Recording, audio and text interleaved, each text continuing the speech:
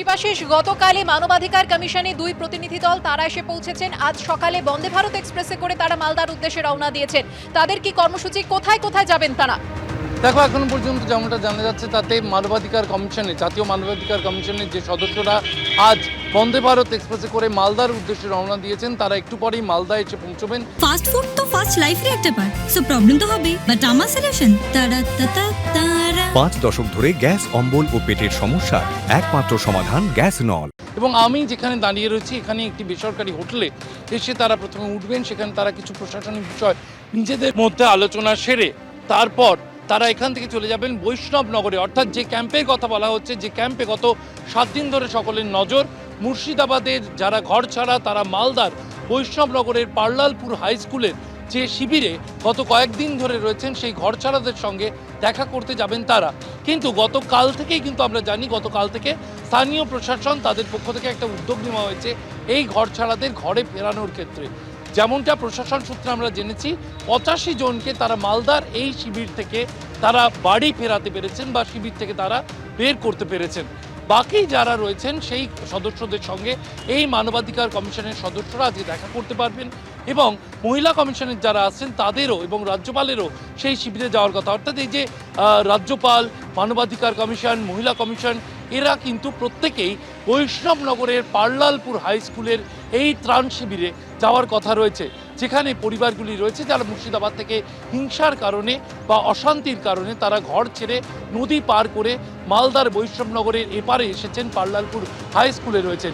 এদেরই একাংশকে নিয়ে কিন্তু গত 2 দিন ধরে সুকান্ত মজুমদার কখনো তিনি গেছেন ভবানী ভবনে ডিজির সঙ্গে দেখা করতে, কখনো বা রাজভবনে গিয়ে রাজ্যপালের সঙ্গে দেখা করেছেন সুকান্ত মজুমদার।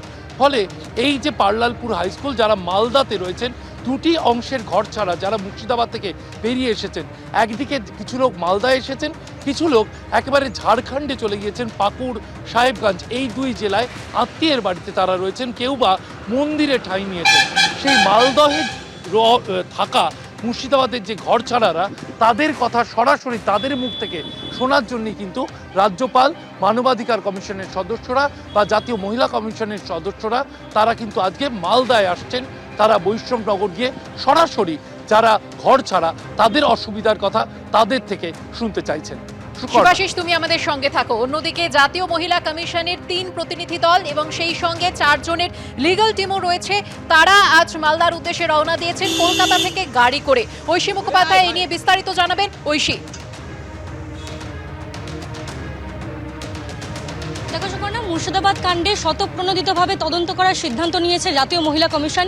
সেই মর্মেই কিন্তু চেয়ারপারসন যিনি রয়েছেন বিজয়া রাহাতকার, তার নেতৃত্বে একটি প্রতিনিধি দল গঠন করা হয়েছে, যে দলে 2 জন বাঙালি সদস্যকে রাখা হয়েছে, অর্চনা মজুমদার এবং যিনি রয়েছেন যে অর্চনা মজুমদার এবং আরেকজন বাঙালি প্রতিনিধি শিবানী দেকে রাখা হয়েছে। কারণ তারা যাতে ভাষাগত দিকটাকে, বিষয়টিকে মাথায় রেখে, অর্থাৎ যেখানে যাবেন তারা মালদা এবং মুর্শিদাবাদ 2 জায়গাতেই বাঙালিরা বসবাস করেন, সেই বাঙালি যারা অশান্তি কবলিত এলাকায় রয়েছেন তাদের কাছ থেকে সরাসরি সেই দিনের ঘটনা এবং কিভাবে তারা নিপীড়িত হয়েছেন তা শোনার জন্য 2 জন বাঙালি প্রতিনিধিকে রাখা হয়েছে। এরই সঙ্গে 4 জনের একটি বিশেষজ্ঞ দল যাচ্ছে তাদের সঙ্গে, তাদেরকে সহযোগিতা করার জন্য, যেখানে আইনজ্ঞরা রয়েছেন। তোমায় জানিয়ে রাখি যে আজকে প্রথমে তারা বৈষ্ণবনগরে যাবেন, সেখানে আশ্রয় শিবিরে যারা অংশগ্রহণ রয়েছেন, আশ্রয় শিবিরে স্থান নিয়েছেন, সেখানে গিয়ে পার্লালপুর হাই স্কুলে সেখানে তাদের সঙ্গে কথা বলবেন এবং তারপরে আগামীকাল তারা যাবেন মুর্শিদাবাদের শামশেরগঞ্জ, সুতি এবং ধুলিয়ানে। সেখানে গিয়ে লোকাল অফিসিয়ালস যারা রয়েছেন, জেলা শাসক এবং পুলিশ সুপার, তাদের সঙ্গেও তারা বৈঠক করবেন এবং তারই সঙ্গে সেই যে অশান্তি কবলিত এলাকা রয়েছে, যেখানে সাধারণ মানুষ যেভাবে নিপীড়িত হয়েছেন, মহিলারা যে অভিযোগ করেছেন এতদিন ধরে, যেভাবে তারা সেই দিন যে অশান্তির সম্মুখীন হয়েছিলেন, সেই যারা সাক্ষী হয়েছিলেন সেই ঘটনা, তাদের কাছ থেকে কিন্তু সরে জমিনে খতিয়ে দেখতে, তাদের মুখ থেকে সে কথা শুনতে আজকে জাতীয় মহিলা কমিশন কলকাতা থেকে রওনা দিল মালদার উদ্দেশ্যে। প্রথমে বৈষ্ণবনগর এবং আগামীকাল তারা মুর্শিদাবাদে পৌঁছাবেন শামশেরগঞ্জ, সুতি এবং ধুলিয়ানে। জেলা শাসক এবং পুলিশ সুপারের সঙ্গেও তারা কিন্তু কথা বলবেন।